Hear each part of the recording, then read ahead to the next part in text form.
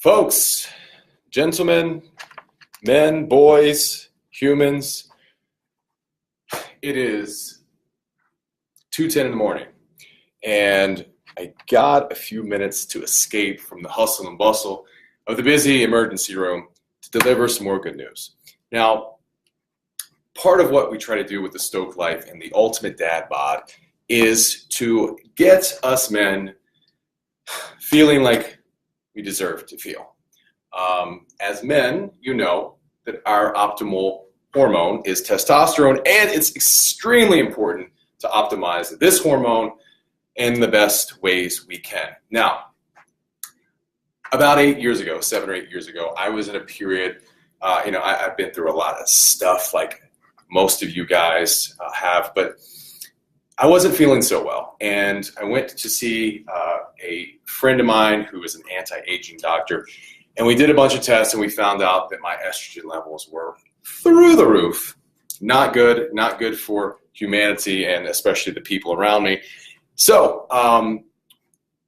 instead of just having someone put me on testosterone or supplements to help increase my testosterone, which I am on, we started first with taking out things in our diet, in our nutrition plan that actually can increase or make your estrogen levels too high. So that's what we're going to talk about today. 5 high estrogen foods to avoid.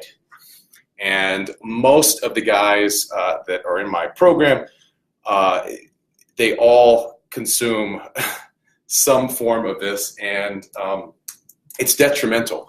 So having high estrogen levels gives us extremely bad symptoms as well as hormonal imbalances. I mean, it affects our sleep, it affects our mood, it causes excess fat, weight gain, bloating. It's bad for our thyroid health and our metabolism. It slows down our metabolism tremendously, and it has negative effects on our reproductive health, i.e. our man parts. Not good. We don't want that ever. So, number 1, a food to avoid to help prevent us from getting high estrogen levels. Now, as men, we thrive on testosterone, but we also have estrogen in our system, which is good. We need a small amount, but high estrogen levels bad. Number 1, to avoid factory farm meats. Factory farm meats. Okay, bad.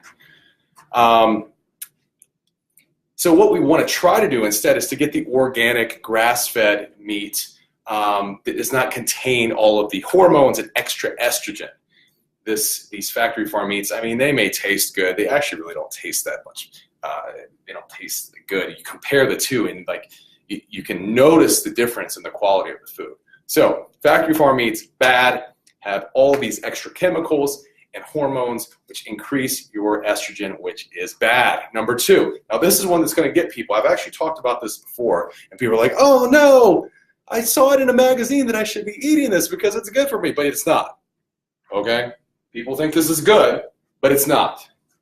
Fact. Flax seeds. Oh, that's it. Flax seeds. Bad. So again, people think this is healthy. They throw it in their smoothie. They put it on their cereal, which is also terrible. But not from an estrogen standpoint. This is bad. It contains something called lignans, Lignans, which are extremely estrogenic, and that's something we want to avoid. So this whole this late health craze over the past 10 or 12 years, oh, we need flaxseed, it has a good source of this and that. No, wrong. It has a good source of estrogen, which we do not want as men. We want to feel like men. We want low estrogen, high testosterone levels. Again, the mainstream media has us led to believe that flaxseed's good. It's not. Avoid it. Number 3, we talked about this before. Soy. Bad. Bad. With 3 A's. Contains something called isoflavones. And this promotes the estrogenic effect. Bad. Soy is bad. So soy, soy protein, avoid it. Any, tofu and tempeh and things like that. It's from a plant, yes, but this estrogenic effect is bad. It wreaks havoc on our hormonal balance. Number 4, we're kind of going. Number 4, beans and legumes. Bad. They taste good. I'm